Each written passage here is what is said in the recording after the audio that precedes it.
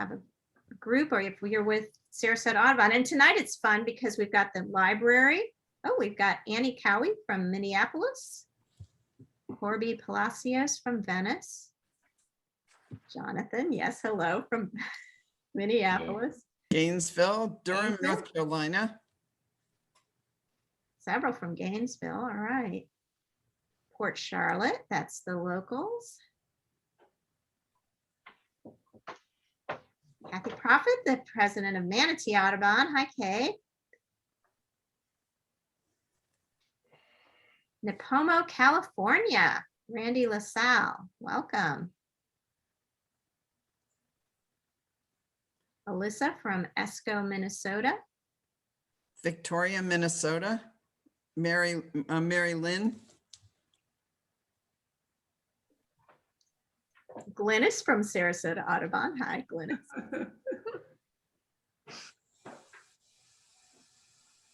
Kim Himmelfarb from Bradenton. All right, so nice representation here. All right, so we'll get started. I'm Karen Willie. I'm the Zoom moderator, so I want to make sure everything runs smoothly today. This is a webinar, so you'll only be able to see the panelists, and but you will be able to ask questions, and we will have a Q&A at the end. And we ask that you put your questions in the Q&A. And if you have logistical questions, put them in the chat. I will be monitoring both. And that's about it from me. We're going to have a series of introductions because this is a wonderful partnership going on today. So I will turn it over to Jean Doobie for the welcome from Sarasota Audubon. Hi, everybody. Thank you for joining. This is going to be a wonderful evening. Thank you, Jonathan, for agreeing to come along and share your wonderful experience. I've read your book and I saw you on YouTube when you were giving a program, and it's a wonderful program that we're going to have tonight. And you've caused quite a buzz, and congratulations on that marvelous Penn Wilson Award. It's really terrific. So I'll hand it over to Erin, who is representing the Sarasota County Public Libraries. Is that correct, Erin? Yes. Good evening. I'm Erin Carter, a reference librarian for Sarasota County Libraries. Months ago, Edie Dreest with Northport Friends of Wildlife asked me if I'd be interested in trying to get Jonathan to present a program for us. I was so excited when I found out that Sarasota Audubon had booked him already. So thank you to both organizations for your willingness to collaborate on this program. Sarasota County Libraries has the pleasure of collaborating with Sarasota Audubon and Northport Friends of Wildlife on other programs as well. Next Monday, we have a virtual program called Birds of Sarasota, presented by Sarasota Audubon. And on May 19th, we're sponsoring a program with Northport Friends of Wildlife featuring Dan Quinn of Florida Fish and Wildlife, who will be discussing invasive wildlife ecology. The Shannon Staub Library in Northport has a bird watching meetup on various Saturdays in which children, families, and adults are welcome to bird watch at the nearby ponds and learn about local birds. Don't forget to explore library resources. We have a virtual copy or digital copy of bird watching available through Flipster at our library. So thank you for attending and enjoy the program. Hi there, I'm Edie Dreest, Chair of Northport Friends of Wildlife, and I am very grateful to be here this evening. This is something different, collaborating with Sarasota Audubon, and I am very excited to hear what Jonathan will talk to us about this evening. I have read his book and I think it's fascinating and I highly recommend it. And for those of you not familiar with Northport Friends of Wildlife, we are a chapter under Friends of Sarasota County Parks. And we formed ourselves about 6 years ago because we were concerned about all the different wildlife in Northport. Northport's about 100 square miles. It has a lot of habitat and a lot of wildlife still. And so we are concentrating on gopher tortoises and Florida scrub jays and Sandhill cranes. And I'd like to just mention too that we have been partnering with the Environmental Conservancy of Northport, which is a new land trust, and they are focusing on acquiring land in Northport for Florida scrub jays and other critters. So hopefully they can get some support as well. And For more information about our group, please visit our website, northportfriendsofwildlife.org. And we do post links of the videos of the talks that we've had. So that's a good place to catch up or just revisit. And thanks again for this evening. Margie. Okay. So I'm Margie Haas, Program Director for Sarasota Audubon. And it was my great pleasure to speak or actually email with Jonathan Slaght, and he agreed. He was so easy to work with. I highly recommend you get him for a talk, but I'm sure you're getting tired of all your wonderful talks. He's very popular. Anyway, so I'm thrilled to introduce Jonathan Slaght, who's an American wildlife biologist, researcher, conservationist, and author. He's going to talk to us about Owls of the Eastern Ice, a quest to find and save the world's largest owl, which is the subject of his best-selling book of the same name. As you all may know, there's a lot of national and international interest in his story. In April 5th, just this month, he won the PEN America Awards for literary science writing, which is a really big deal. He's also been the National Book Award longlist for 2020, the New York Times Notable Book List for 2020. He's been interviewed so many different places: NPR, BBC Radio Wales, News Talk Dublin. And you've written articles, I believe, for Scientific American. Yep. And other important and more general interest scientific magazines. He's just really well known and very popular in the subject, and the way you talk about it is very popular. So just to say, the paperback edition of his book is due out. Is it June 1st? That's what I found on the website. Great. So if you don't have it, you need to read it. It's just an awesome read. So Jonathan now works for the Wildlife Conservation Society, which is based in New York City. He manages for them research projects in endangered species and coordinates avian conservation activities along the East Asian Australian flyway, which is from the Arctic all the way to the tropics. As the Russia and Northeast Asia coordinator for Wildlife Conservation Society, he works with owls, tigers, and migratory water birds. Because of the pandemic, he's speaking to us from Minneapolis, and he normally gets out into the field 2 to 3 months a year, including his former Primorye, the location of his research for this book. He's had a long-term fascination with the Russian Far East, and I just learned before we got on that it was because his father worked for the American State Department based in Moscow, and I guess they didn't have a good school, you said, where they would teach American children, so they paid for you to go to a private school where they had Russian, and that's how you learned to speak Russian, because your family was based there. So he spent 3 years in the Peace Corps, and he earned his PhD at the University of Minnesota on the subject of tonight's presentation and his book. So thank you so much. We're really looking forward to hearing what you have to say. Thanks, Margie. That was a nice introduction, and thanks to all the groups who are co-sponsoring this event. I do think it's great to see local groups get together and work together on these things. So this is I believe, a relatively relaxed presentation. I'm really going to tell you a little bit about the owl itself, talk about the region of Primorye where the story takes place, and then kind of get into some of the details of the story. So this is the book. As Margie just mentioned, the paperback is coming out fairly soon on June 1st. So if your library doesn't have it, just hold on a couple of weeks and get a good deal on the paperback.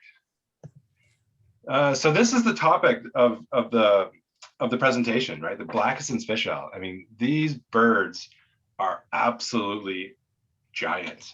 Females can exceed 11 pounds. You have these 6-foot wingspans, and they stand at about 2.5 feet tall. And that's about as high as a fire hydrant. So next time you're driving down the street and you see a fire hydrant, think, yeah, there's an owl that's about that big. Well, I think one of the reasons that the book has been so popular is it's not just a sciencey book about owls. It's also very much a book about people, the people who live in the forests and use the same resources, natural resources that the owls do. And it's also very much a book about fieldwork and developing a science project and coming up with a question, designing a study, collecting the data, and then using the kind of forming that data into a conservation plan. So before I talk about the owl itself and the events in the book, I want to kind of pull back for a moment and describe the region, tell you a little bit about what it, show you what it looks like, describe some of the other animals that live there, really just to show you that Blakiston's fish owl isn't just one remarkable species in an otherwise mundane corner of the world, but it's just one component of a vibrant and exotic place. So that black dot there, that's the province of Primorye, where this story takes place. It's only about 1% of Russia's total territory, and it's in the Russian Far East. So most people think of, when they think of Russia, if they have any idea of Russian geography, it's like, okay, there's Moscow and St. Petersburg, that's kind of over near Europe, and then there's Siberia. Whereas, in fact, the Russian Far East is about twice the size of India, with a human population about the size of Manhattan. So it's this vast area with almost no people living there. So zooming in on just Primorye, or also called Primorsky Krai, capital city is Vladivostok down there at the bottom. And you can see from this map that it's pretty mountainous. And it's a Sikhatayline Mountains. So this is a long mountain chain, but very low rolling hills, in many ways similar to the Appalachian Mountains of the American East. And I love showing people this photo because it is, people have a mental image of Russia, right? Of cold, barren landscapes. And here's Primorye, sandy beaches, crystal clear water. It is just a beautiful place. So here's Vladivostok. About 1 million people live in this city, which is half the population of the province. And most of the rest of the population, especially the further you get away from Vladivostok and some other populated areas in the south, the further north you go, human settlements sort of drop away, and populations are measured in the thousands, the hundreds, and in some cases even the dozens.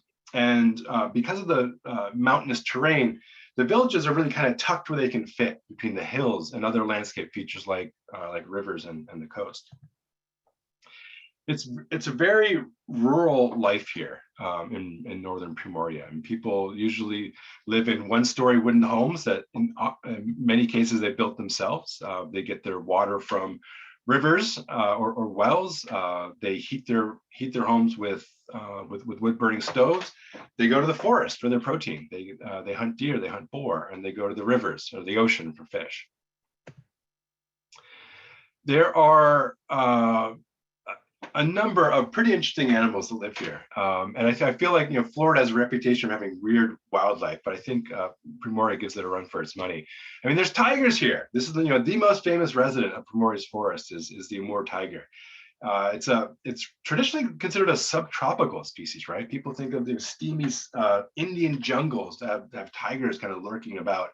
But here they are at the northern extent of their range globally, walking through the snow. And there's leopards here too. This is a species that ranges all across Asia to Africa, and they just come north into Russia in the snowy landscapes up here in Primorye.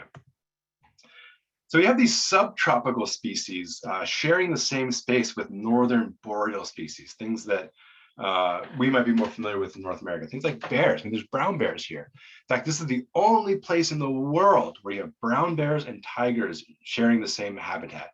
It's like having two kings in one castle, really, and they do fight and they do sometimes kill each other. So I'm going to show just a couple of the other weird ones. This is a raccoon dog. If you've not seen or heard of one of these, this is a true dog. It's not a raccoon. It's a member of the dog family. And in fact, it's the only dog species that hibernates in winter. And then this is a Siberian musk deer. This is every time I see one of these, I think of vampire kangaroos. I mean, look at the canine sticking out of that the male's mouth. Females don't have those, but males do, and they have these disproportionately large hind legs. And that's to help them kind of quickly run up the slopes of the Sikhote Mountains to escape predators. But this is, after all, an Audubon group I'm talking to, so I got to go over some of the interesting birds here as well. Similar to the mammals, there's this combination of northern and southern species. So things that we are typically familiar with in North America, things like ravens are here. They have redpolls. And there's golden eagles. This series of images is actually of a camera trap footage or still shots of a golden eagle riding a young sika deer like a bronco. And it eventually, the deer eventually died, and the eagle ate it. So you have those northern, things that we've at least heard of in North America, even though you probably don't have some of those things in Florida. Mixed in with these more exotic things like Mandarin ducks. They breed here in Primorye. There's spoonbill sandpipers. This is a species, they don't breed here. They breed in the Russian Arctic, but they pass down along the Primorye's coast, like those nice sandy beaches I showed you earlier. Spoonbill sandpipers run along those and rest along those on their way to Southeast Asia for the winter. There's 3 crane species. I mean, Edie mentioned Sandhill Cranes. This is a red-crowned crane, one of the 3 species that breeds in Primorye. This is a oriental honey buzzard. These guys are really interesting. Their primary prey source is the larvae of ground nesting wasps. So what they do is they walk a lot. They walk around on the forest floor. They'll see a wasp and follow it essentially back to its nest. And then they have these long talons which they use to dig up the earth and kind of get into these nests. And if you can sort of tell here, the plumage on this bird, look around the eye, how dense that plumage is. It's very waxy, and it's almost like armor. And the function of that is to protect these birds when wasps are kind of trying to defend themselves from this predator. There's stellar sea eagles here, largest eagle species in the world, related to the bald eagle. These birds don't breed in Primorye, but they winter here in reasonable numbers. There's an average-sized human hand next to some stellar sea eagle tracks on a beach. And if you thought the stellar was big, look at this guy here in the middle. This is a juvenile Cenarius Vulture posing next to a juvenile stellar sea eagle. And the Cenarius vultures, these are birds that breed in Mongolia, and there's a population of 500-600, something like that. Specifically juveniles that they go from Mongolia. They migrate east for the winter and winter along Primorye's coast, feeding on deer carcasses. So, and the owl diversity is fantastic too. There's 13 species of owl here. And again, there's some that we're familiar with in North America, things like the boreal owl, short-eared owl, there's long-eared owls, great grays, northern hawk owls, and then also southern ones. Like there's a northern bowbook, I think it's called, they just changed the name, and scops owls, and of course the Blakiston's fish owl. So I think even among owls, the Blakiston's fish owl is a bit of an odd bird. So typically when people think of owls, there are a few attributes that come to mind, and the first is one of the two is exceptional hearing. So when we look at some of these other owl species, California spotted owls in the top left, greyhorn owls from my neighborhood in Minneapolis, and barn owls from the internet. They all have these fantastic facial discs, right? And the function of that feather pattern is to channel sound directly to their ear holes, almost like parabolas. And some species, like the barn owl, can hunt in pitch darkness. If you look at a Blakiston's fish owl face, I mean, sure, there's a little bit of a facial disc, but it's not nearly as defined as most other owl species. So a second feature often attributed to owls is silent flight. And if we look at a Eurasian eagle owl primary feather, you notice those barbules on that leading edge there on the top. So essentially what the function of this adaptation is, so when the owl flaps its wing and air comes rushing to the feather, it hits these barbules first, and those help dissipate the air, kind of push it away from the feather and from the wing. And so this reduces friction, and it allows the owl to really cut through the air like a hot knife through butter without making any noise. Now, if we look at a Blakiston's fish owl primary flight feather, look at that. They don't have the barbules. In fact, these owls are loud. Like, imagine 11 pounds of meat pushing its way through the sky. It makes noise, and you can hear these things coming from some distance if it's a quiet night.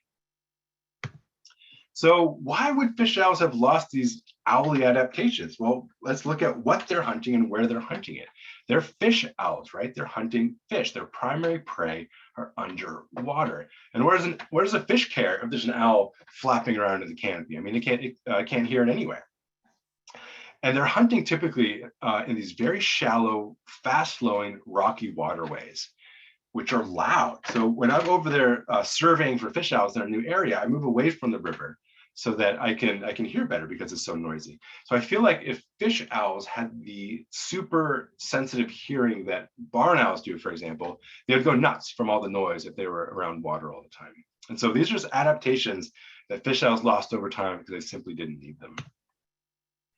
However, there are two parts of the landscape that fish owls do need. And the first is a really big tree to nest in. So because these birds are so big and because they're cavity nesters, they require 200-300-year-old trees such as poplars or elms to nest in. A couple examples. Then the other thing they need is open water in winter. So this is a part of the world where winters routinely dip to the -30s, and most water freezes when it gets to the -30s. But conveniently for the fish owls, there's a lot of natural radon hot springs in this area, and so patches of river where the radon gas seeps into the river channel, it warms the water just slightly, but just enough to prevent freezing reliably year in and year out. And so these are places where the owls know that they can reliably hunt fish. Typically, the way they hunt fish, they'll sort of sit on the riverbank, kind of at the riffle, so shallower areas that link pools in the river, and wait for the fish to move between those pools where they're more exposed. Then they jump in, grab the fish, and eat it on the riverbank. So historically, throughout the history of fish owls and humans coexisting, there wasn't much conflict between the needs of fish owls and the needs of humans.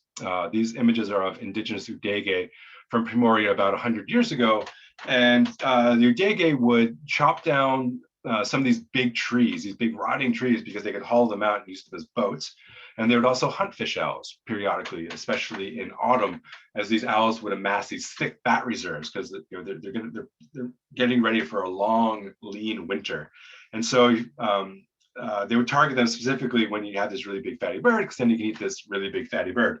And a side benefit is they would also then stretch out the wings and the tails to use as fans for the summer to dissipate the clouds of biting insects. But honestly, take was pretty low. There wasn't a whole lot of conflict there. And even toward the end of the Soviet Union, there wasn't much even chance of encounters between fish owls and humans. So this map here is just Ternay County, where most of the book takes place in northern Primorye. And if you look at the road network in 1984, so pretty recently, there were fewer than 150 miles of road. And roads, and this is all fantastic fish owl habitat, as I know now. Roads really dictate human use, right? If there's a road, that's where people are going to go. If there's not a road, people just really aren't going to go there because it's much harder to reach. Fast forward 20 years to about when I started to get interested in this project, and look at that explosion. There's nearly 3,000 miles of road in that same space only 20 years later. So despite this sudden emergence of threats, there were no plans to mitigate them for fish owls. This is an endangered species in Russia. It had been since at least the early 1980s. And so by Russian law, the birds themselves and their habitat can't be harmed or damaged or degraded. But if you don't know anything about what a species needs, you can't create a conservation plan. And these birds are really hard to observe. It's hard to learn anything from them. They're very shy. They live at very low densities. And they're shy to the point where if they can sense that the human is approaching them, they'll fly away at a distance of 100, 150 yards. So they just don't like to be observed. So it was hard to really understand what they needed from the landscape. So that's why I hooked up with these two guys. They're both named Sergey Avdyuk and Sergey Sormich. And these two have been working together for about a decade before I got involved. Sormich is a staff ornithologist with the Russian Academy of Sciences at a research institute in Vladivostok. And Sergey Avdyuk is his brother-in-law. And so they kind of, when they had free time in summers, they'd go off, they'd look for fish owls, because and they found a few nests. They kind of understood what good fish owl habitat was. And so these were the only people, essentially in all of Russia, that I could go to for help with the project studying fish owls. And so we decided to collaborate. And what the plan was to find some fish owls, catch them, put GPSs on their backs, and then use that data to understand what parts of the landscape are important to the owls, and then devise a conservation plan to help protect them.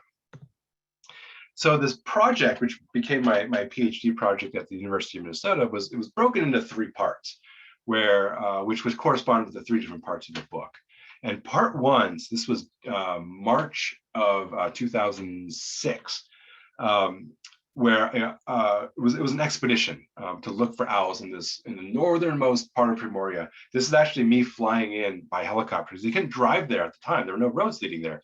And Sergey Avdyuk took this picture of me landing in this hunting village of 150 people called Agzu. And so the plan was to, so I met up with a team of folks already there. So Sergey and 2 others. And we had these 2 snowmobiles and 2 sleds that Sergey made actually in his garage. He welded them together. And the plan was to travel 80 kilometers from this village down to the only other village in the entire river drainage, which was right on the coast, and surveying for fish owls along the frozen river for those 80 kilometers. And for me, this is a really valuable experience, because this is dipping my first toes into fish owl waters, you might say. Trying to kind of get in the mind of the fish owl, understand what forest looks good for owls. All of us who bird watch, you hit a certain patch of habitat, you're like, oh, okay, this is good scrub jay habitat or something. You just know, right?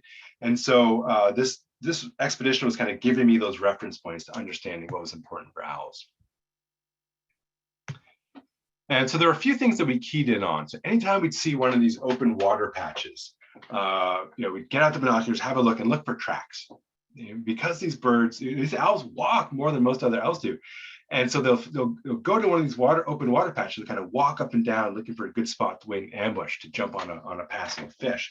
And of course, in summer, they're not going to leave tracks. It's only in winter that these secretive birds kind of betray their positions by these tracks in the snow.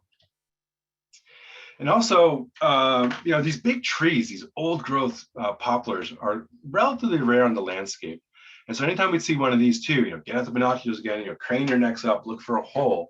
And if you see a cavity, maybe try to get up there and see if might be a fish owl nest or not. So, I mentioned how we're traveling on this river, this frozen river, because it's really the only way to get between these 2 villages. And that's how the locals do it, right? People moving between these 2 towns, they use the river as their travel corridor. In winter by snowmobile, and in summer by boat. And there's almost no movement along the river in spring or in autumn because of dangerous ice conditions. So just as it turned out, a lot of this expedition happened to be in early spring. My helicopter landing in Agzu came late because of poor weather. And so as we were kind of making our way south on this one-way journey, because you really can't go back because the ice was melting, and big chunks of the river, the ice would would break away behind us as we're traveling over with these heavy snowmobiles.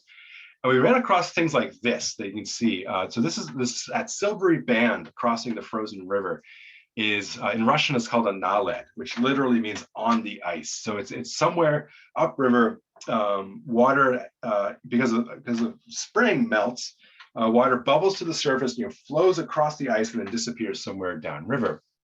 Now, when you're careening toward one of these things on a snowmobile, you don't actually know if that's a few inches deep of slush, if it's to your knee of slush, your waist, or that's actually just flowing water. It's a little slushy, and you hit that, and that's it. You're at the bottom of the river.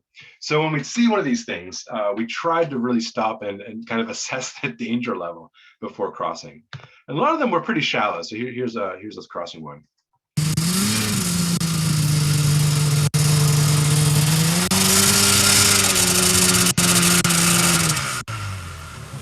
Or I should have said trying to cross one.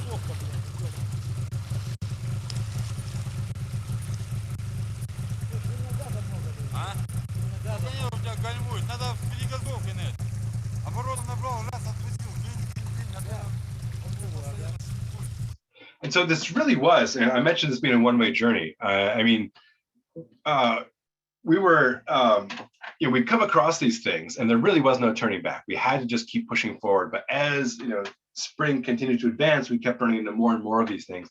And there were ones that we simply couldn't just muscle our way through, where we had to actually get out a chainsaw and cut a trail through the forest to bypass the open water obstacle to get back to the river ice. And at one point toward the end of this, this is only a 2-week trip. Toward the end of that 2 weeks, we just abandoned the owl surveys and just gunned it for the coast because we did not want to get stuck halfway between human settlements, hundreds of kilometers from the closest road. So that was part one.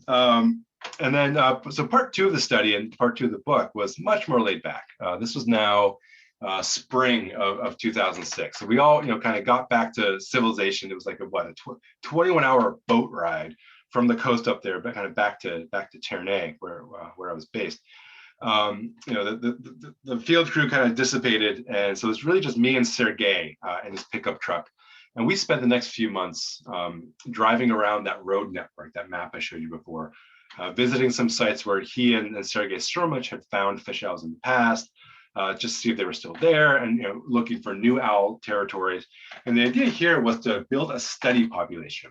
So find birds that were relatively easy for us to access, where we could come back the next year in 2007 to try to capture and put GPSs on.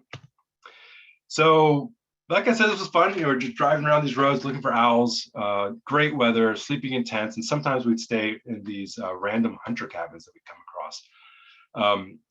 A number of hunters in this area just don't lock the doors to these cabins, feeling like, hey, if someone really needs a roof over their head or they need to build a fire to dry some clothes, why deny them that? And looking at this cabin, there's not a whole lot to steal in here anyway, right? So people just leave these things open. And we also stayed with some of Sergey's friends. For anyone who's read the book, this is Vova Volkov, who's a kind of a close friend of Sergey's and really an ally to the work we do up here. And his father got lost at sea for a number of days. It's an incredible story that he tells me that's in the book. And then we put together maybe a dozen territories where we felt pretty good that we could try to catch some birds. So I came back here to Minnesota, learned how to handle a raptor, how to draw blood, how to take measurements, and consulted with raptor capture specialists and how to catch a fish owl. So, no one had done this for science before, and it wasn't really clear what type of trap would work. Different species react differently to different traps. Something that works for a sharp-shinned hawk, for example, might not work for a peregrine falcon. These species do. There's some are more suspicious than others, and so no one really knew what would work with a fish owl. So I went over there with a couple different trap ideas, different trap components. Got in Sergey's pickup truck. The two of us drove out to some of these territories, and were just outside for weeks then, having an absolutely terrible time. There were these blizzards. We'd go to fish owl territories. We'd hear the birds vocalizing at night. We'd find these open water patches where they're hunting, set up our traps, and then get in our tent and wait. In the morning, we'd get up, poke at our traps, try to figure out why the owls weren't interested. Move things around, fiddle, and then be up all night wondering why the owls are hooting but not getting caught, and just absolutely freezing the whole time. Again, it's getting to the -30s at night. So no sleep, no success, and cold. It's not a great combination. After a few weeks of this, Sergei ran into this guy in the middle of the forest. His name is Anatoly, and he's a hermit. He's been occupying an abandoned hydroelectric station that powered Ternay, which was about 20 kilometers from here during the Second World War.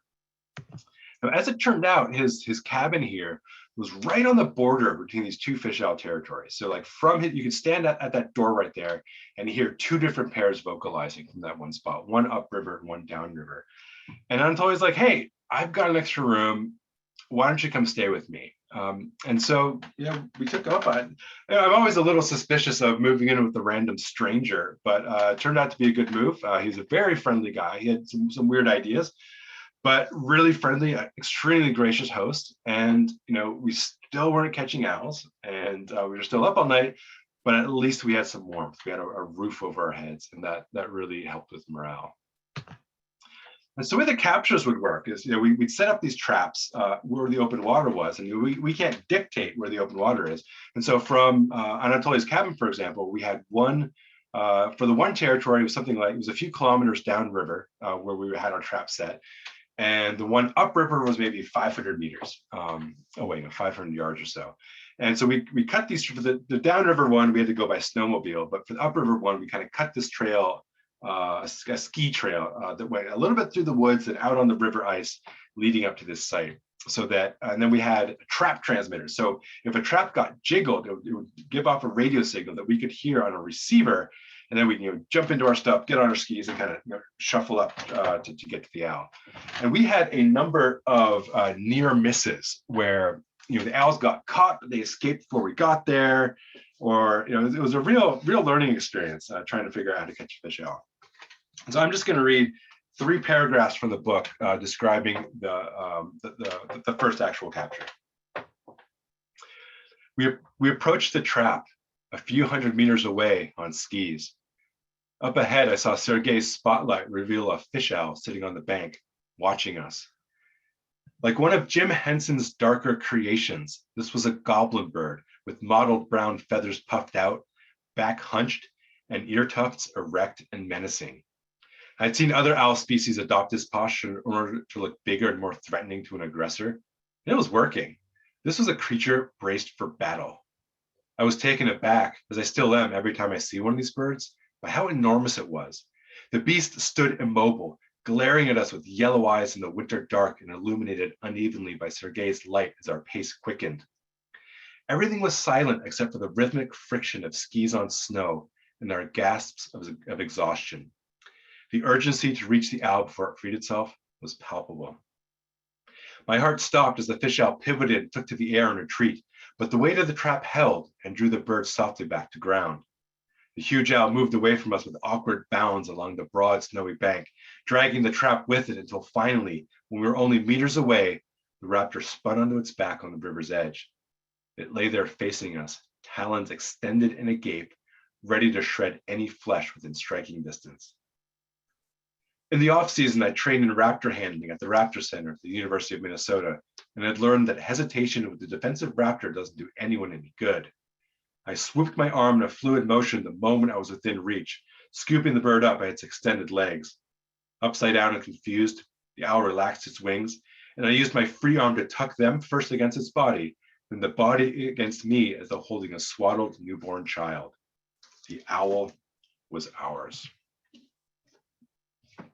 Look at that. That comes after about 6 weeks of anguish in trying to catch one of these birds. And spring was coming, water levels were rising, and as soon as the water levels rise, and the ice melts, fish owls can be hunting anywhere. So we can't really focus our captures in these known locations. So it was really important that we were able to get them right before the end of winter. We caught 4 that season. I think it was all of them in a week and 3 in just a few days. It was really something. So once we figured out a combination of trap ideas that worked. It worked quite well, and we were really able to start catching fish owls. So this bird here has one of the GPSs on its back. This is right before release. Now that's about the size of 2 AA batteries, and it's a GPS data logger that sits there just like a backpack. So there's a strap that goes over and under the wing, and that really just sits there in the middle of the back, moving among the feathers. Now these collect 1 to 2 GPS locations a day for about a year, depending on how it's programmed.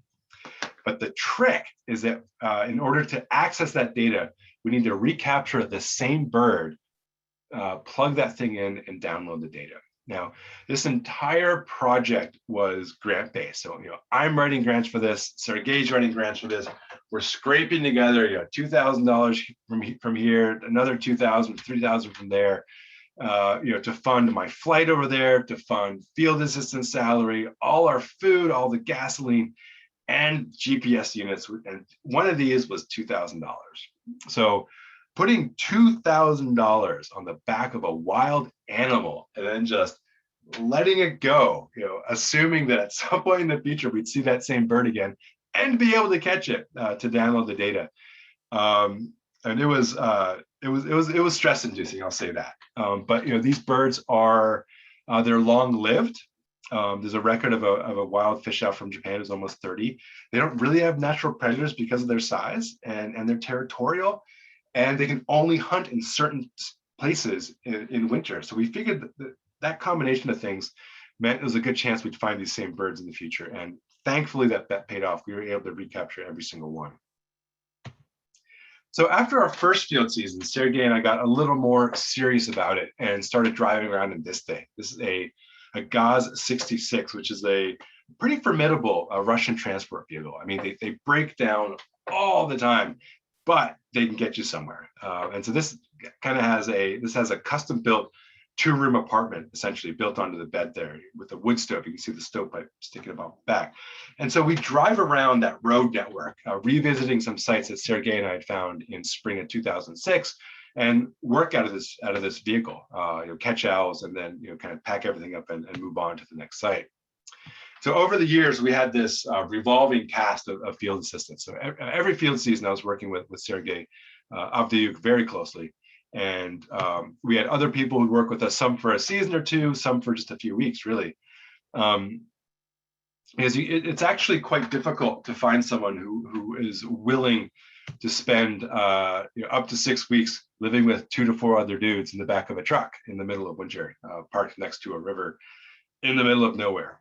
So for some people, it wasn't for them, so they come back. Other people stayed a few seasons. So this is inside the gauze. So you can see, so that rug there, 3 people would sleep on that rug, and 2 people would sleep in the smaller room that's behind the photographer's back. And it's tight, right? I mean, there's things get tensions flare, things get stinky. I mean, no one's bathing. So it was interesting life doing this. So it was very much a double life. Here I am in the back of the gauze with Andre and Shurik, and then I'd get on a plane, fly back to Minnesota, and start speaking English for a number of months. And I do normal things here, right? I'd go bowling, I'd go to movies, I'd get married, and then get on a plane, go back to Vladivostok, start speaking Russian, and be back in a truck again next to a frozen river with Andre and Shurik looking for fish owls. So to kind of illustrate how on our own we were, here's Sergey's pickup truck, and we'd been driving along an abandoned logging road here, looking for trying to find a way to get closer to a river to look for owls. And of course it's not plowed, and it's a deeply rutted road. There's debris all over the place, and we punctured a tire, but because the road condition was so poor, we're really just like bouncing along this thing. But we didn't know that the tire had been punctured. We didn't know it was flat. And it was only once we stopped, we looked at it, like, oh, wait, that tire is completely flat, and we've been driving on it so long that the rubber's actually become unseated from the wheel, from the rim. Now, typically, I don't know a lot about cars or maintenance, but typically you need a device to actually get that rubber back onto the rim, which of course we didn't have with us, and we're about 80 kilometers here from the closest human settlement, and they probably didn't have what we need either. It's just a small hunting village. So realistically, we're hundreds of kilometers away from help. But thankfully, there's Sergey. He's essentially a professional woodsman. He's been doing this for decades. He's been alone in these situations for decades, and so he kind of knows what to do. And so his solution here was to siphon some gasoline from our gas tank, and then pour that into the rim there, and then light it on fire. And his idea was like the resultant explosion would cause the rubber to pop back on, and that's what happens. And here's a short video of it.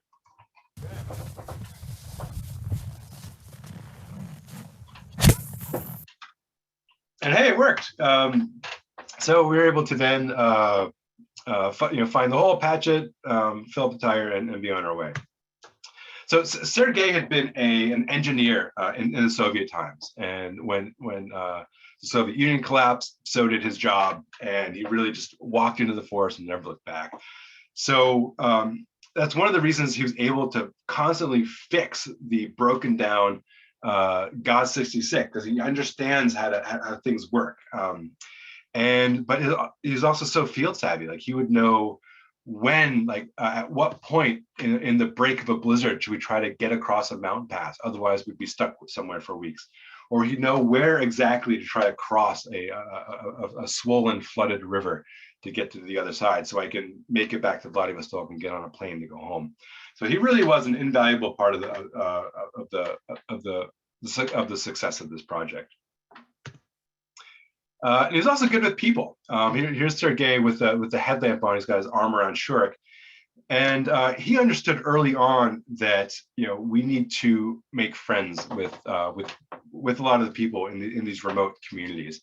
So we drive through some town, stop in maybe there's 400 or 600 people in a village, go to the 1 or 2 stores that's there, buy some fresh bread, buy some some cheese, some beer, whatever we needed, and then drive through there and drive another, 1,500 kilometers to where we're looking for owls, park that truck next to the river, and work out of there for a week or 2. Now, people from these villages, they're all hunters and they're all fishermen, and so they kind of come up, and someone sees us, like, oh, they'll go back to town and be like, hey, that weird truck that came through here a few weeks ago? They're up on the river. They're doing something up there. So eventually, the word gets around that we're up there doing something, and people are curious. So eventually someone will knock on our door and say, hey, what are you guys doing? And so in this case, about 1 o'clock in the morning, these 2 kids show up and knock on our door with this big big jug of alcohol, and say, hey, who are you guys? What are you doing? Do you want a drink? My natural inclination in a situation like that would be to tell them to beat it. I mean, hey, it's 1 o'clock in the morning. But Sergey recognizes the value of not offending people. And so, invited them in. We talked a little bit about fish owls and what we were doing. And the reason this is so important is if, the next day, if our truck goes through the ice and we need to find someone with a winch to help us get out, if I told those 2 kids to beat it, and the next day they come by and see us struggling, they're not going to help. And I think the same is true anywhere in remote places. Everyone needs to help each other. Everyone needs to get along.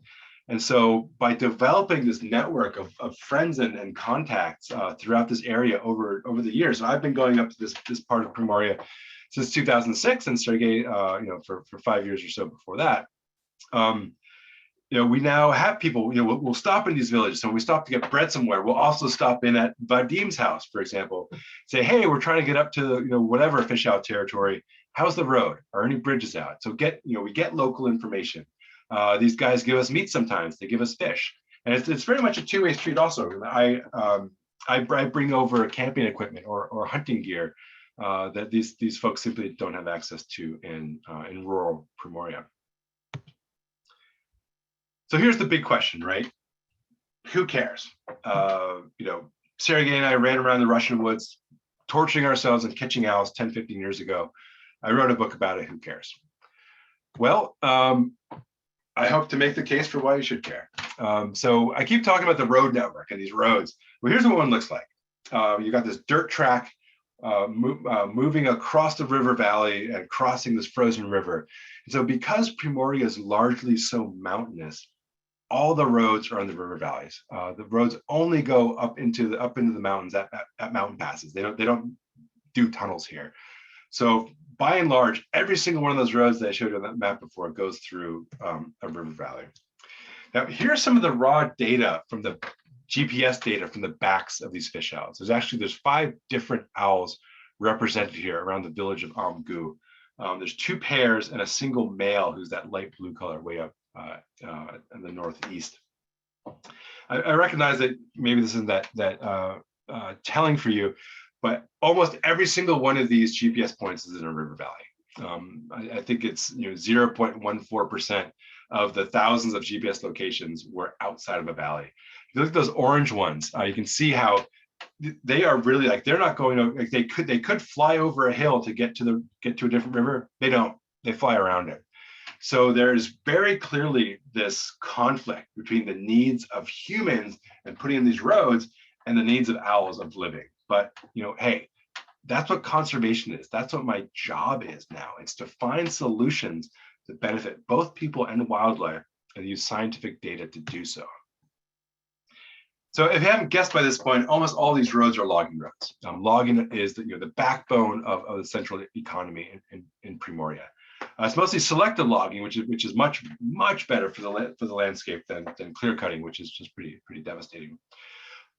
And this is relevant to us because some of this wood, so wood from Primorye, it makes its way to North America.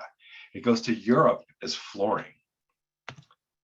And people also use these roads to access the rivers and the coast for fish. I mean, there's a lot of recreational fishing, subsistence fishing, there's poaching, but there's also a lot of legal commercial fishing, and fish from Primorye's waters is sold across Asia.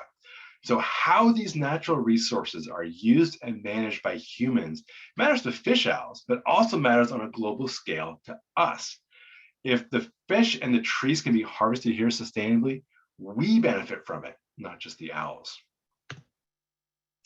So like a good graduate student, I wrote up a dissertation, had some conservation recommendations in there, published my results, and got my degree. I feel particularly lucky because I still work in Primorye. So I went to grad school with people who worked in one part of the country on one species in one certain landscape, wrote up their own conservation recommendations, then got jobs on the other side of the country doing something completely different. And so where are those conservation recommendations? They're in scientific journals. They're not getting out. They're not being implemented. So because I still work here, the Sergeys and I have been enacting essentially the recommendations we came up with 10 years ago. So the first thing we did was we used the GPS information to create a map showing the highest, the best fish owl habitat in this 20,000 square kilometer study area. And then we gave that map to the logging company that has rights to log over all these lands. And so now they have a document to refer to, a legal document to refer to when they're putting in a new road, for example. They can refer to this map, see, okay, over here, this side of the valley, this is a good patch of the fish owl habitat, we'll put a road in on the other side. And so because the valleys are pretty wide in many cases, it's not hard for them to do that. It doesn't really cost them anything extra. It's just helping them place roads in a way that doesn't negatively impact the owls. And the second thing we're doing, which we've been doing since 2012, is help the logging company identify which of those roads should actually be blocked off, which areas should have vehicle access reduced. And so every year, we give this company a list of 3 to 6 roads that we think should be blocked, and based on biodiversity. So partially based on this map of good fish owl habitat, but also knowing where a good tiger habitat is, where a good boar habitat, where a good deer habitat, where a good bear habitat. And every year the logging company closes down some of these roads or access to. And sometimes it's like this, it's just a big berm. They get a tractor, bulldozer, and pile this giant pile of dirt in the middle of the road. In other cases, they'll take out a bridge in a key location. They don't close down every single road we want them to, but we're making progress, and we do get something every year. Then the third and final conservation intervention has to do with supporting breeding. So it can take a fish owl, it can take a tree, 300 years to become big enough for a fish owl to nest in. And our data are showing that that tree might only be suitable for a fish owl to breed in for maybe 3 or 4 years. These trees are big, they're rotting, they're in poor shape. There's seasonal typhoons where the strong winds just knock one of these trees over. The tree that Sergey's up there on the right, the cavity is still there, but it's decayed down so deep, it's almost like a chimney, and it's too deep for the owls to get in and out. So they've abandoned that. They don't use that as a fish owl nest anymore. So there was one territory that we've been watching for about a decade, and we watched that pair move through 4 different nest trees in this 10-year period. And we went back in 2015, and the birds were there. They were vocalizing, they weren't breeding because there were no more trees suitable for them to breed in. So we took a cue from some Japanese fish owl biologists who have been putting up nest boxes, if you can call a 55-gallon drum a box. And they've been doing that in Japan since the early 1980s. And they've been able to double the population of fish owls with really serious conservation interventions like stocking ponds with fish and putting up nest boxes. And so we thought, hey, maybe this will work in Russia too. So we bought a number of these barrels, used to have soybean oil in them. We cut a hole in the side, painted one dark, nailed a perch to it, and drove north from Sergey's home up to this fish owl territory. It was, I forget, like 8 or 9 hours drive, and put the barrel in the tree, just in the territory somewhere. And we put a camera trap up there, and one of these things that takes pictures. It's with a motion sensor, so if something moves past it, it'll take a picture. So we put this camera trap up there just to see if the owls would find this box, and if they did, what would they do? It took them like a week and a half to find this box. And so since 2015, this single pair has bred multiple times in this box and produced multiple chicks. So something like 5% of my job now is fish owls. As was mentioned in the introduction, I do work all across Asia with birds, and into Alaska as well.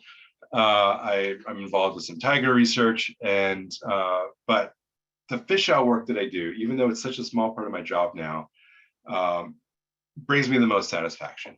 Wildlife conservation, like many professions, is filled with uncertainty. People like me can spend our entire lives designing studies and collecting data and using that information to guide conservation, but sometimes it's really hard to know if our efforts are having any real impact. So knowing that right now there are fish owls flapping around Primorye because Sergey and I strap barrels to trees, and because we're working collaboratively with loggers to reduce the harm of that industry, I mean, it feels good. Although I'll say that the owls don't always appreciate our efforts.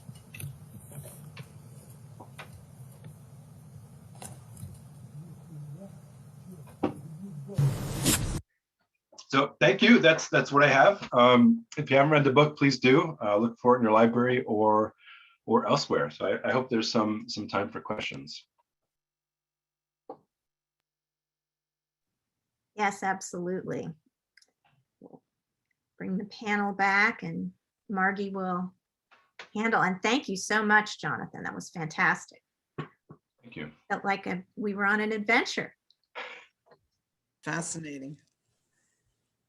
So let me read the Q&A. We can have more questions come. Is radon, Glennis Thomas wants to know, is radon a natural gas or a byproduct of human activity? Yeah, it's natural. I mean, it's a naturally occurring substance. I mean, it's, at least in my part of the United States, like everyone has radon in their basements. It's just like, it's something that's just leaching out from the soil. So yeah, it's natural. It's nothing to do with human activity. And what is your next project or your next research?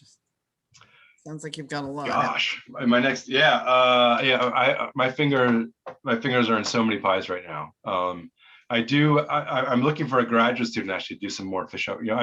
More fish out work. I'm too old to spend 6 weeks crouched in a tent. I want to find someone with someone younger to go out and do that for me, but answer some of the questions I have about fish owls.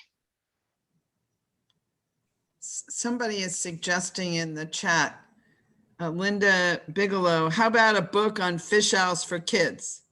The photos of these owls are excellent. Yeah, I think that'd be great. I think, owls, kids like owls. It's a popular animal, and fish owls look weird and they do weird things. So I think it would be a great species to introduce to kids. And they're also cute. Yeah. So Suzanne Roberts asked, what is the estimated population of fish owls in the world? What percentage of those are in Russia? Yeah, so Gaze and I did we kind of sat down and crunched the numbers a few years ago, and we came up with an estimate of 1,000 to 1,900 total. And the vast majority of those are in Russia. There's fewer than 200 in Japan. There's probably some in Northeast China, but no one really knows. They don't really look for them there, but historically they were there, and they're probably still hidden in some hard to reach corners of Manchuria.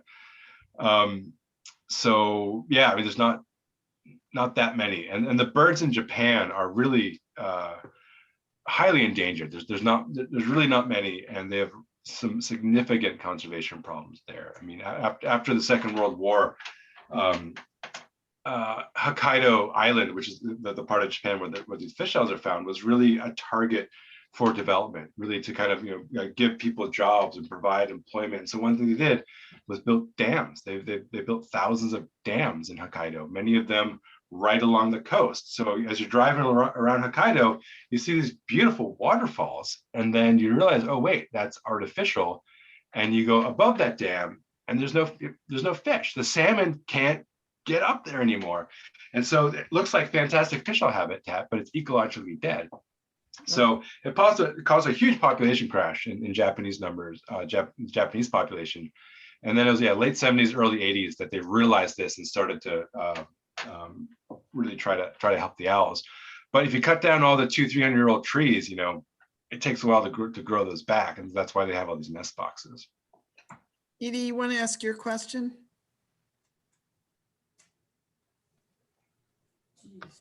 Yes, hi. I was just curious about the fact that you were doing your work in the middle of winter, which reading the book gave a lot more color, if you will, to your experiences. They were pretty rough.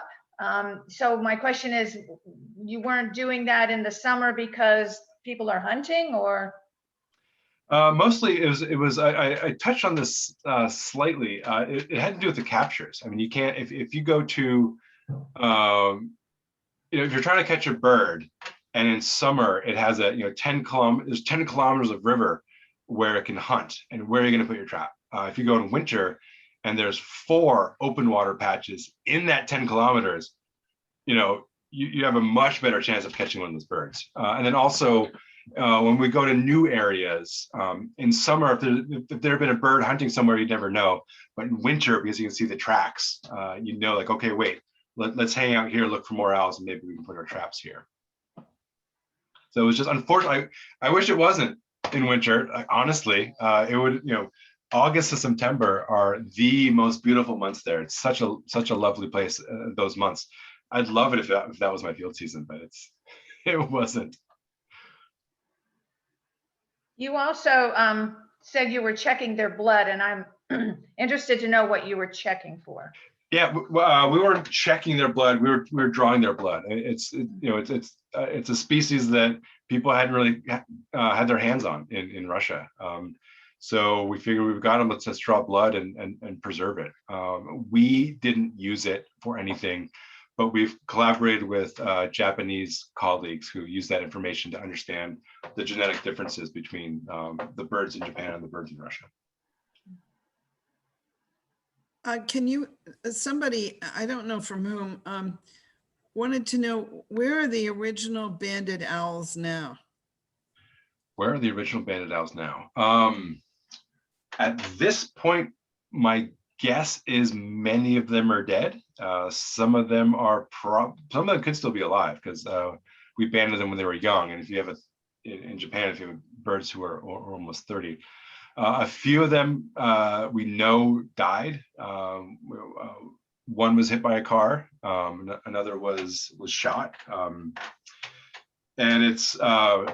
that's one of the downsides of having my fingers in so many different buys, is that I can't spend as much time on this as I'd like. It takes effort to reach some of these sites to check in on these birds. So while we go and then to see one, to get close enough to see its band. So we do site monitoring where we'll go and listen for owls and know if the territory is still occupied or not. Whether in many of those cases, if it's the same birds, we don't know, because it's a lot of effort to tell if it's the same birds. Can this is a question or a comment question from me. Can you comment about their haunting call? I guess we can't play one right now, but it is just a really spooky, fascinating bird call. Yes, I can comment on it. So yeah, they're pretty interesting because these birds duet, and it's a true duet where so it's a 4-note call where, you know, this hand will be the male, this hand will be the female. It's a and it's highly synchronized, and it's amazing to hear, especially at the start of an evening when they're starting to vocalize, where it's not a long pause. It's not like a where she's like, oh wait, he's calling, I better call now. It's instantaneous. So they are so in tune with these calls that, you know, there are people in these forests that they know what a fish owl looks like, they know what fish owls sound like. And we say, well, was it one bird or was it 2 birds? They're like, oh, we don't know. It was, you know, it's making the 4-note call. It's like, well, then that's 2. It's like, no, there's no way 2 birds can do that. It's too reliable. So it's amazing. It's a really wonderful sound. You do a really good job of imitating it. Of course, Yeah. you've heard it a lot, but still. I have experience. I would really encourage everybody to listen to, just Google the call or Google their calls. It's really haunting. And I will also say that people who Google calls, it's the duet is different in Japan. The island birds do it differently than the mainland birds. So it's a 3-note call. In Russia, it's a 4-note. It's not a great quality vocalization, but at my website of jonathanslatt.com, if you scroll to the bottom of the homepage, there's a sound of a juvenile shrieking, and then also the duet of Cool. Russian birds. Please do that. It's very cool. So let's see, Linda Bigelow. When talking about the barrel nest, you commented that the owls did not always appreciate your efforts. Elaborate, please.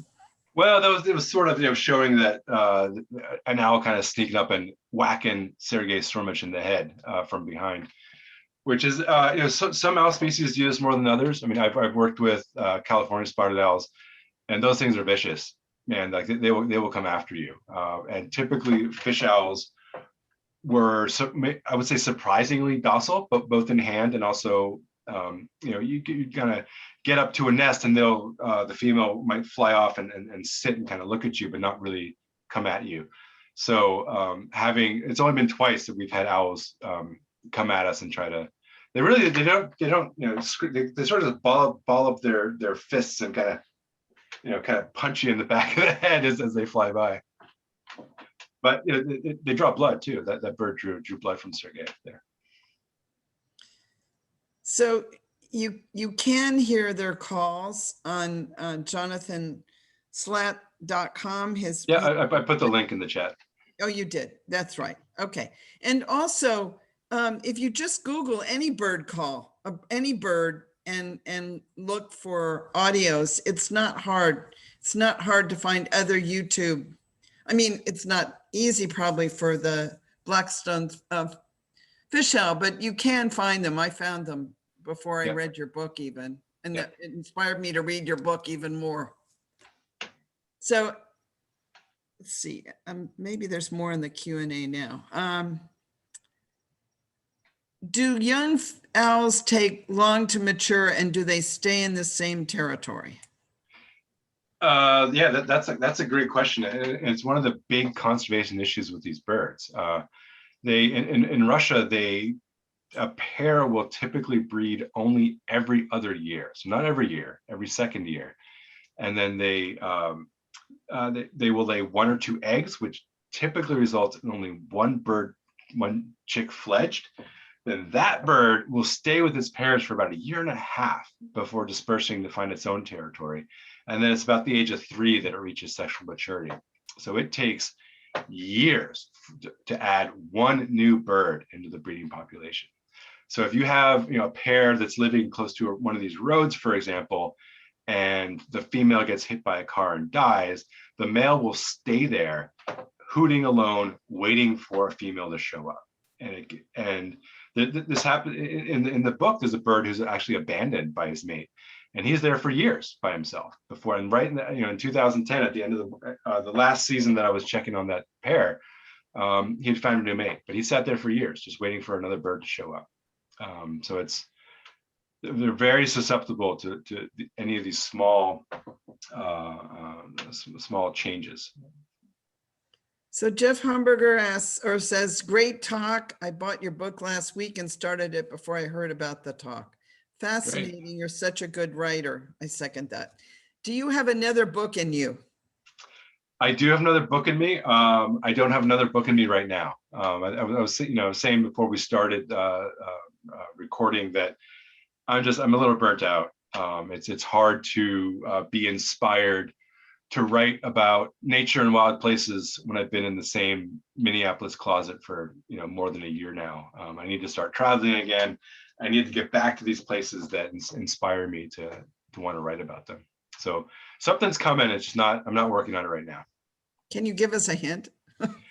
A general idea. I'd love to write a book about tigers. Cool. I've experience with that. I think the story of tiger conservation is pretty interesting in Russia. So that's one of the ideas in my head. Sherry Rhodes comments, hello, I loved your book. I was wondering, are the Japanese fish owl researchers sharing more information now? I seem to recall in your book that at one time they didn't share much. Yeah. So the background there is that there's a conflict between Japanese fish owl biologists and the public. Like the biologists and for better or worse view a number of bird watchers as kind of the enemy, or someone who wants to just intrude on these rare birds and disturb them. So I talked about how sensitive fish owls are to being observed, and so the fish owl biologists in Japan are really trying to protect these birds. And so when I first started to get into this work, and I knew they'd caught fish owls in Japan in the past, so I just found out who these people were and sent them an email like, how do you catch a fish owl? What's the best way to? And so they're like, no one responded, because I'm just some crazy person writing, asking them for their deepest and most held secrets. But over the years we collaborate. I've gone to Hokkaido a few times to collaborate there. I've had a fish owl researcher from Japan come to Primorye. He and his wife came to Minnesota two summers ago, and we vacationed a little bit. So the relationship is good now, and the information flow is better. They're able to do more, get better data from Japan now, actually, because of our work, because they were unwilling to put transmitters on adult fish owls in Japan, because with a population so small, they were really worried about the effect that transmitter might have on survivorship, on reproduction, and so they just didn't do it. And so we were able to show, like, look, we put these transmitters on birds.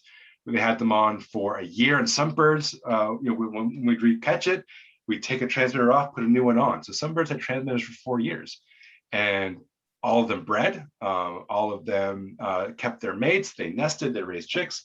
So I'm sure it was unpleasant to have a backpack for that long, but it wasn't impacting these critical elements of their life history.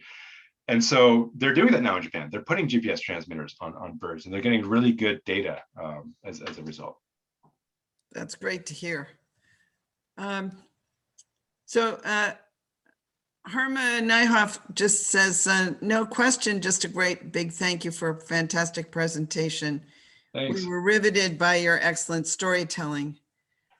Charles Reed comments, if you had to characterize a quote, national disposition towards conserving wildlife, unquote, between or among the US, Russia, and China, which country is most committed and has the brightest prospects for preserving diversity?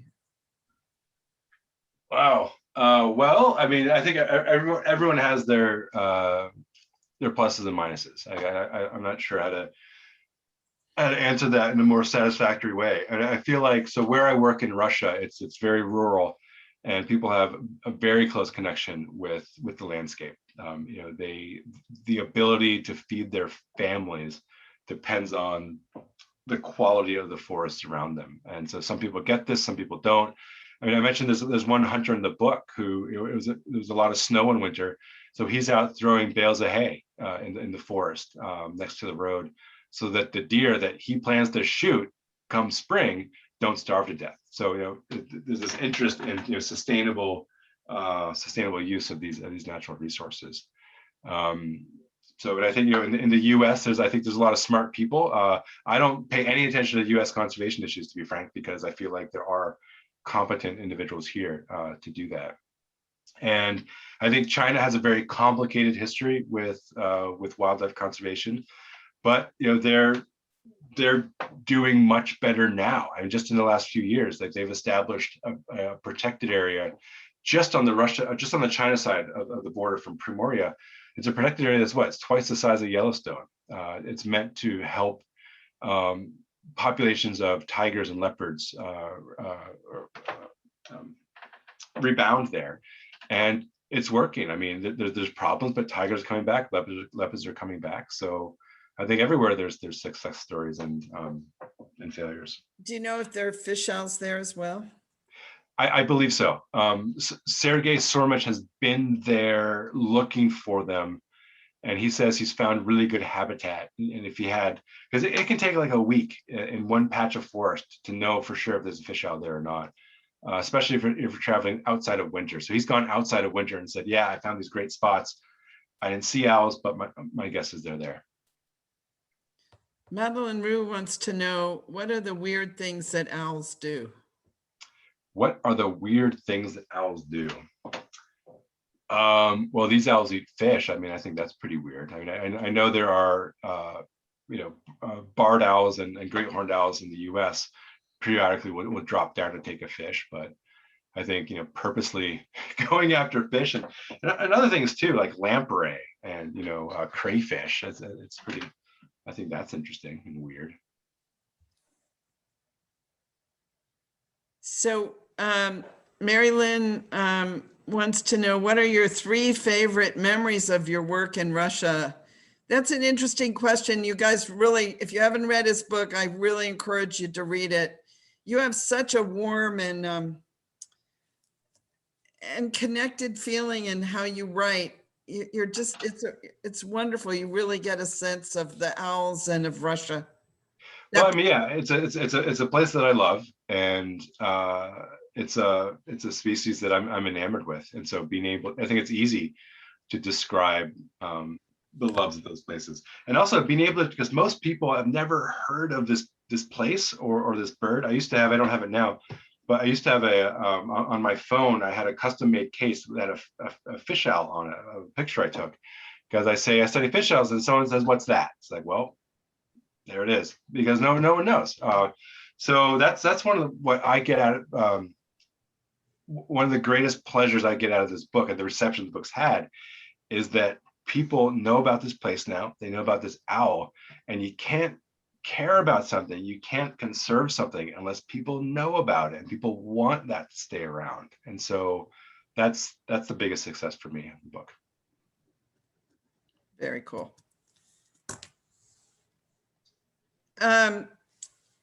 Are there genetic or morphological differences between the Russian and the Japanese owls, sea owls?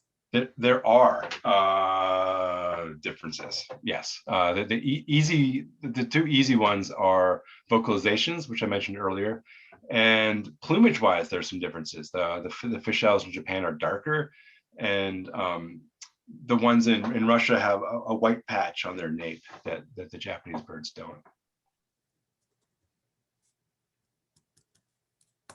And somebody asked, when did you learn Russian? And you told us. I was young. I started at the age of 16. In private school because your parents were in We're living in Russia at the time. Yeah. So I would go over, summers and Christmas, and yeah, I just wanted to be able to, it's a different alphabet, right? I wanted to be able to understand what store I was going into and et cetera. So that was the initial interest. Well, Jean, did you want to, if you unmute yourself? So the Russian that you learned, was that in Moscow, around that area? No, the Russian that I learned was at a private school in Pennsylvania. Oh, okay. So was it difficult to understand the folks in Eastern Russia, the Far East? No, it's amazing. I mean, there's not much difference in accent, even though this country is just enormous. I think part of it is, for years, there were only two or three television stations that every single village and city in the entire country received. And so my guess is that's part of it, was that there was a sort of centralized accent. That's my guess. But there's, people can pick out, a Moscow accent, or but it's pretty mild differences. Easily understandable. Cool. Yes. Edie, you want to make your comment? Edie, you had a comment. I hope. Yeah, I was just saying, Jonathan, I hope, you can keep us apprised of your future work. I mean, it's really fascinating, and but I know you're very busy, so hopefully you can work it in. Yeah, on my website too. I mean, I have historically been putting updates on there. It's just really been this last year that it's been rough. It's been hard to, because of everything. It's been hard to keep up to date on that. I want to say, and you've said it earlier, but it's partially because you are so in demand. Yeah. That you're talking all the time. You told us also before you started, and we were on in front of the whole group, that you're just busy all the time talking and on radio, and that's fabulous. So you're educating the whole world on Blakiston sea owl. Yeah, no, exactly. And I think it's hard to turn talks down, to be honest, because as a conservationist, it's in my blood to talk about this. I mean, I was talking about fish owls and Primorye for years before I wrote this book. It's just now there's more interest. And I talked to second graders, fifth graders, high schoolers. I gave a talk a few weeks ago. A friend of mine's a high school teacher now, and I talked to his AP English class, these 11th graders, and afterwards, some of them wrote me letters, and I got a 19-page Google Doc of thank yous, and two of the kids said, "Okay, great, conservation, I'm in. This is what I want to do." And then a third, a young woman said, my passion is psychology. I've always been interested in that, but I never thought that I could really do it. And then watching your presentation about, your struggles in like all the stuff you put up with, but loving it and knowing what you wanted to do, that's given me the confidence I need to pursue psychology. So that feels pretty good, I gotta say. Well, you have friends in Florida if you ever want to visit. A lot of us now, a wide area. And if you ever want to do some birding, do you do any birding? I do, yeah. I'm not a fanatic about it, but I definitely take my binoculars everywhere. And lovely. Well, come and visit then. Yeah, great. Yeah, we'd love to take you birding. Erin, do you want to say anything before we sign off? No. Oh. Okay. No, but I really enjoyed it. I took a lot of notes, and I can't wait to tell my family and friends about what I learned tonight. So thank you. Great. Mm-hmm. Thank you so much. This is something we've been looking forward to, and you didn't disappoint. This is fascinating, and I wish you all success, not only with your work as an author, but also with the very, very important conservation work you're doing on behalf of the whole planet. Yeah, Definitely. Thank you so much. Thank you. thank you. Jonathan. This was fun. It was All right. terrific. And this will be available on the Sarasota Audubon meeting page. So if you go to our websites at sarasotaaudubon.org tomorrow, and you'll find it. We'll put it on And- our YouTube channel. So, I would just Thank you, like- everybody, for joining. And it was great to have friends from down south, the southern part of Sarasota County. And we hope we can do some more programs. Well, I just want to announce the program for May, which will be May 10th. Jesse Berry, who is the program director for the Macaulay Library. And it's attached to eBird. If you take photos or you do recordings on eBird, they end up in the Macaulay Library. So Jessie helps lead the Macaulay Library, and she also started and runs the Merlin Bird ID. And they're both very important things. So please join us for her presentation. Right now, she's sequestered in Florida. Right. With her husband, Chris Wood, but so we've got a lot of eBird and Macaulay, but it's really important to learn about the library and also about Merlin. all right. Thank you all. Thank you very much. Thank you. Good night. Good night. Good night, night. everybody. Thank you for joining.